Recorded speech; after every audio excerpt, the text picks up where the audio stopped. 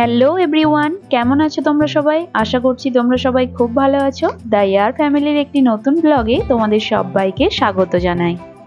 আজ আমি তোমাদের সাথে শেয়ার করব আমাদের গৌহাটিতে রোপওয়ে চড়ার অভিজ্ঞতা।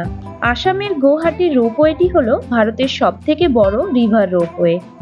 এই রোপওয়েতে চড়তে হলে পৌঁছাতে হবে গৌহাটির পানবাজারে। পানবাজার আসার জন্য ক্যাব, অটো, বাস সমস্ত কিছুই ইজিলি অ্যাভেলেবেল রয়েছে।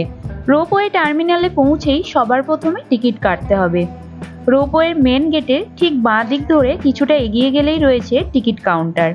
এই রোপওয়ে টিকিট প্রাইস হলো একবার যাওয়ার জন্য 100 টাকা, আর যদি যাওয়া আসা 2 হয় তাহলে 200 টাকা। আর 3 বছরের বাচ্চাদের টিকিট ফ্রি, আর 3 বছরের ঊর্ধ্বে বাচ্চাদের হাফ টিকিট লাগবে, মানে 50 টাকা লাগবে। আর সিনিয়র সিটিজেনদেরও হাফ টিকিট লাগবে। যদি বয়স 60 বছরের ঊর্ধ্বে হয় তাহলে হাফ টিকিট পাওয়া যাবে, কিন্তু তার জন্য আইডেন্টিটি কার্ড দেখাতে হবে। টিকিট চেক করিয়ে ভিতরে আসার পরে বেশ অনেকক্ষণ ওয়েট করতে হলো। আমরা যে টাইমে এসেছিলাম তখন রোপওয়েতে আর কোনো যাত্রী ছিল না। তো অনেকক্ষণ ওয়েট করার পর কিছু যাত্রী একসঙ্গে হওয়ার পরে আমাদের লিফটে করে উপরে নিয়ে যাওয়া হলো। উপরে উঠে এসে আরও একবার টিকিট চেক হলো। সেখানে টিকিট চেক করার পর আমাদের রোপওয়েতে ঢুকতে দেওয়া হলো। টিকিট কাটা টাইমিং হলো সকাল 8:30 থেকে সন্ধ্যে 6:30 অবধি। আর উইকেন্ড মানে স্যাটারডে, সানডে 12:30 পরে থেকে বোথওয়ের টিকিট দেওয়া বন্ধ হয়ে যায়। আমি এখানে রোপওয়ের টিকিট প্রাইস, টাইমিং সমস্ত কিছু ছবিগুলো দিয়ে দিয়েছি, তোমরা চাইলে চেক করে নিতে পারো।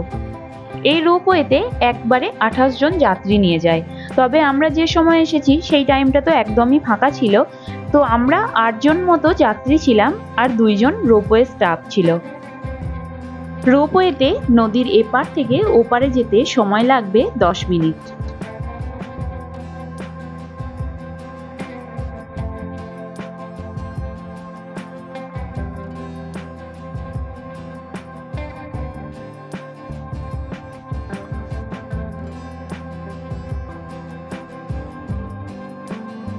সামনেই দেখা যাচ্ছে সেই ছোট্ট ময়ূর দ্বীপ, যেখানে উমানন্দ মন্দির অবস্থিত।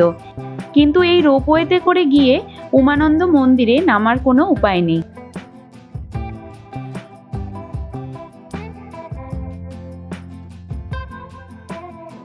এখন রোপওয়েটি ঠিক উমানন্দ মন্দিরের উপর দিয়েই পেরিয়ে যাচ্ছে।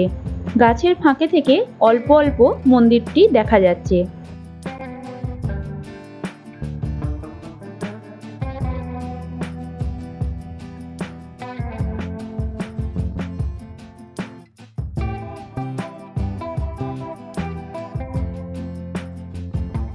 রোপওয়েতে বোথওয়ে টিকিট কাটলে 2 ঘন্টা সেই টিকিটটির ভ্যালিডিটি থাকবে।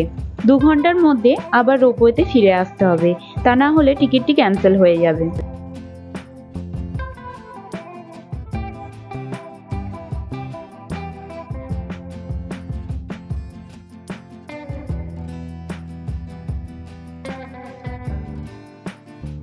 প্রায় 10 মিনিটের মধ্যেই আমরা পৌঁছে গেলাম নদীর এপারে।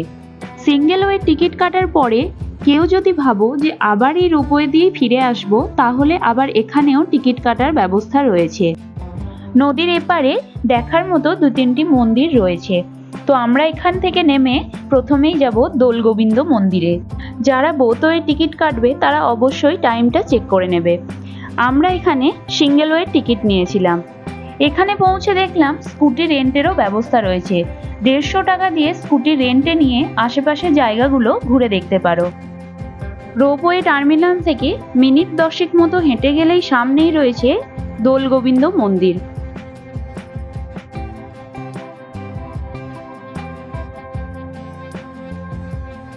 বেশ অনেকটা জায়গা জুড়ে রয়েছে এই দোলগোবিন্দ মন্দির।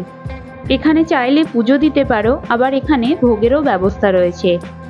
মন্দিরের ভিতরে কোনো রকম ছবি বা ভিডিও অ্যালাউ নেই কো, এই বাইরে থেকেই ছবি বা ভিডিও নিতে পারো।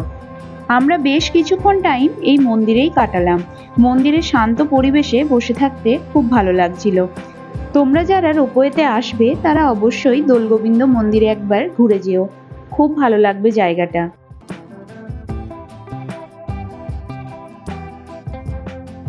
আমরা যেহেতু সিঙ্গেল ওয়ে টিকিট কেটেছিলাম, তাই আমরা নদীর ওই পারে ফেরিতে করে ফিরে যাব। এখান থেকে লোকাল ফেরিগুলো চলে, তো সেই ফেরিতে করেই আমরা নদীর ওই পারে যাব।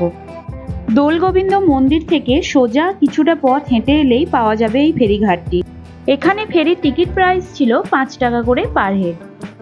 এই ফেরিতে সাধারণত স্থানীয় মানুষরাই যাতায়াত করেন, সেই জন্য দেখো ফেরির মধ্যে কত স্কুটি উঠিয়ে নিয়ে যাওয়া হচ্ছে।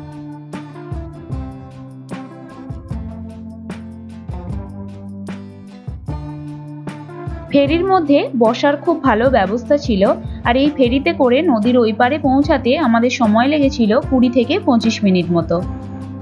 আজকের এই ভিডিওটিতে আমি আমাদের অভিজ্ঞতা তোমাদের সাথে শেয়ার করলাম। যদি তোমাদের কারো কিছু জানার থাকে আমাকে কমেন্টে জানাতে পারো, আর ভিডিওটি ভালো লেগে থাকলে লাইক করে চ্যানেলটিকে সাবস্ক্রাইব করো।